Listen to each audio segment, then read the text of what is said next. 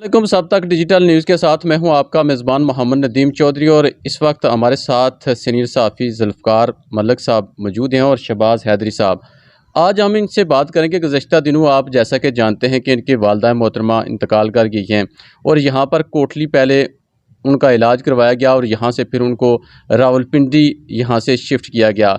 इस सारी सूरत हाल में इनके हमने वो कमेंट्स भी देखे सोशल मीडिया के ऊपर कि यहाँ कोटली शहर के अंदर जो हमारे डॉक्टर हैं वो अच्छे तरीके से इलाज करते हैं, लेकिन वहाँ पर जो रेफ़र किया जाता है वहाँ पर यहाँ से जाने वालों के साथ किस तरह का सलूक किया जाता है, इसके ऊपर इनकी जो राय है वो जानेंगे कि हकीकत क्या है, किस वजह से इनको ऐसा लगा कि हमारे कोटली के जो डॉक्टर हैं वहाँ से बेहतर हैं।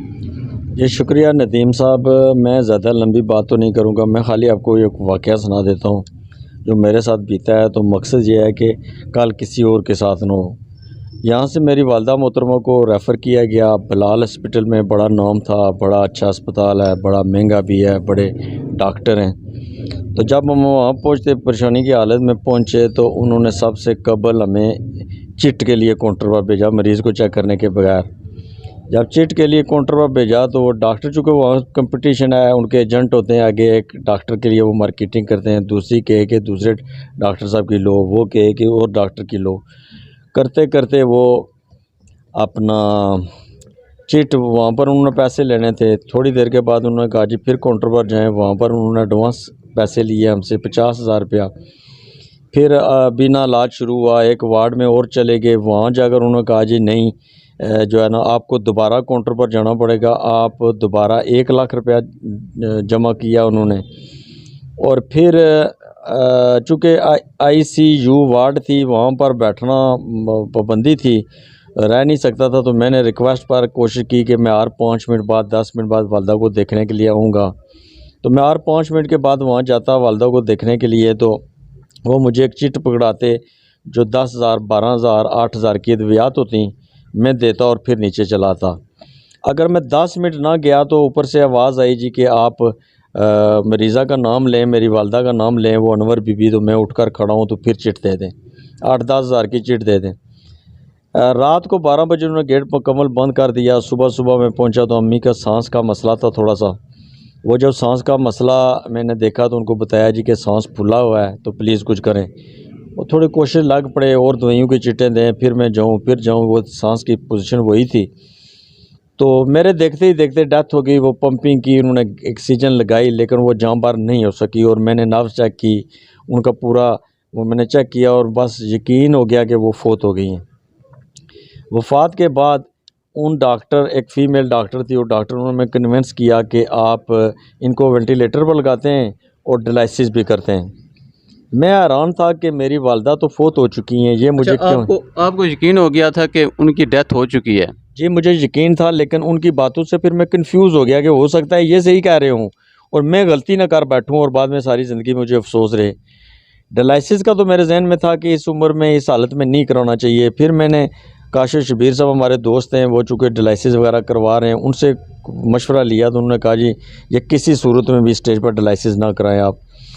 तो फिर मेरे पास कोई ऑप्शन नहीं था कि मैं उनकी बातों पर आ गया। मैंने सोचा वेंटिलेटर पर लगाना पड़ेगा। उस वक्त तो मुझे वेंटिलेटर की पता भी नहीं था ये कितना महंगा है या क्या है, लेकिन मैंने थोड़ा सा दिमाग का इस्तेमाल किया और डॉक्टर जो फ़ीमेल थी उसको साइड पर कहा। उसको मैंने कहा बीबी मेरे पास पैसों का मसला नहीं है, मेरे पास अपने भी हैं, ये दोस्त ने मुझे कार्ड दिया है जिसमें भी 5-6 करोड़ रुपया है, नहीं लेकिन ये पैसे तुम्हें नहीं मिलेंगे, ये अस्पताल के अकाउंट में जाएंगे।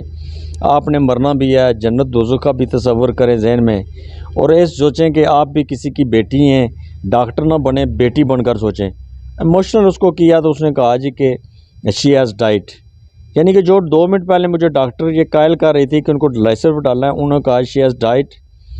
और डॉक्टर जो मेल खड़ा था उसके फेस पर बड़ा गुस्सा था और उसने बुरा मनाया कि इसने इसको क्यों बताया। ये बात जो मैं बताने का लोगों को बता रहा हूँ, मकसद ये है कि कोटरी के डॉक्टर जैसे कैसे भी हैं, कमी कुताही हो सकती है, ऊंच नीच हो सकती है, तो इन पर अगर तवज्जो दें, यहाँ पर कुछ सहूलियात में इजाफ़ा हो, डॉक्टरों को इनकरेज करें तो कम अज़ कम। फिर ये देखें नदीम साहब के जब आकर ये मैं वाक़या लोगों को सुनाना शुरू हो गया, तो हर तीसरा बंदा उठता, किसी के बाप के साथ ये वाक़या हो चुका है, किसी की माँ के साथ हो चुका है, किसी के चाचे के साथ हो, यानी वो डॉक्टर पिंडी वाले ख़ास कर जो बलाल हॉस्पिटल जहाँ पर हम गए हैं, वो करोड़ों रुपए हथियार लेते हैं, लाश की बेरुमती करते हैं, बाद में तजर्बात करते हैं लाशों पर। और मैं सोचता हूँ कि इंसानियत नाम की कोई चीज़ नहीं है, वो खिलवाड़ करते हैं। इधर आकर मुझे पता लगा है कि गब्बर सिंह कोई फ़िल्म थी, जब मुझे उसके किसी ने सुनाया तो मुझे ये यकीन हो गया कि वो बार बार जो चिट्ठे मुझसे ले रहे थे वो कहीं भी नहीं यूज़ हो रही थी। तो ये कहने का मकसद है कि यहाँ पर एक आपने पहले आपने एक बात की थी, उसका भी जवाब आपको दे दो कि डॉक्टर रेफ़र क्यों करते हैं। एक तो सहूलियात की कमी है, अद्वियात पूरी नहीं मिलती। दूसरा ये है कि उनको डर होता है कि ये इसके लवाकिन मुझे मारेंगे, पत्थर मारेंगे, गालियाँ निकालेंगे, जुलूस निकालेंगे और सोशल मीडिया पर बेइज्जत करेंगे।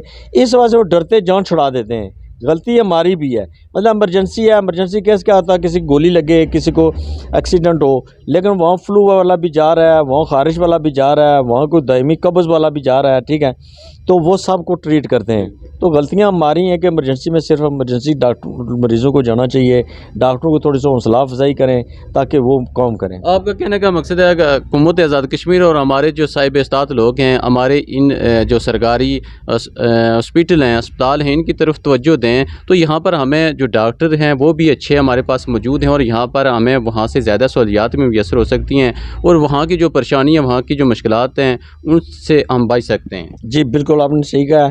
चूँकि मेहमान आए हुए हैं तो फिर अल्लाह हाफ़िज़ करते हैं। बिल्कुल जी, यहाँ पर इनकी आज रिकॉर्डिंग करने का मकसद ये था कि इनकी वालदा मोहतरमा गुज़श्ता दिनों जो इंतकाल कर गई थी, तो ये सीनियर सहाफ़ी हैं, तो कोटली के अंदर इनकी वालदा मोहतरमा सरकारी अस्पताल में दाखिल रही। यहाँ इनके बकौल के यहाँ पर अच्छा इलाज किया जाता है। जब ये यहाँ से रावलपिंडी लेकर गए तो इनके साथ जो हुआ, इन्होंने अपनी जो बीती कहानी है वो सुनाई है। इसको सुनाने और दिखाने का मकसद ये है कि जितने भी लोग हैं अपने जो आज़ाद कश्मीर के अदारे हैं, हमारे जो अस्पताल है, इसके ऊपर तवज्जो दें। यहाँ पर हमारे पास बेहतरीन डॉक्टर हैं, लेकिन हुकूमत आज़ाद कश्मीर को चाहिए कि यहाँ पर बेहतर सहूलियात यहाँ पर दस्तयाब करें ताकि लोगों को वहाँ पर जाने से जो मुश्किलात पैदा होती हैं, वहाँ पर लोगों के साथ जो जुल्म सितम किया जाता है, उससे बचा जा सके।